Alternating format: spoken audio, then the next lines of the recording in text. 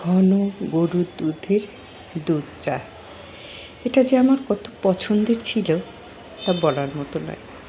সকালে পুরো 1 মগ করে দুধ চা বানিয়ে আমি খেতাম। কিন্তু অনেক দিন হয়েছে, প্রায় 15-16 বছর হয়ে যাবে, আমি দুধ চা খাওয়াটা একেবারেই বন্ধ করে দিয়েছি।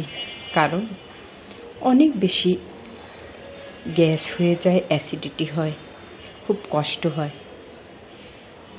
তা আজ ভাবলাম একটু দুধ চা বানিয়ে নিই। খুব পরোটা দিয়ে দুধ চা খেতে ইচ্ছা করছে আমার। জানি না কেন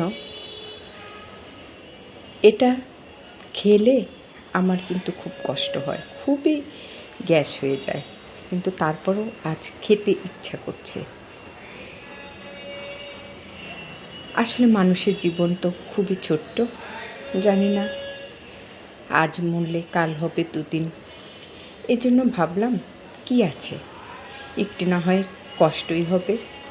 আজ আমি দুধ চা বানিয়ে পরোটা ভিজিয়ে খাবো। আলহামদুলিল্লাহ, খেয়ে নিচ্ছি।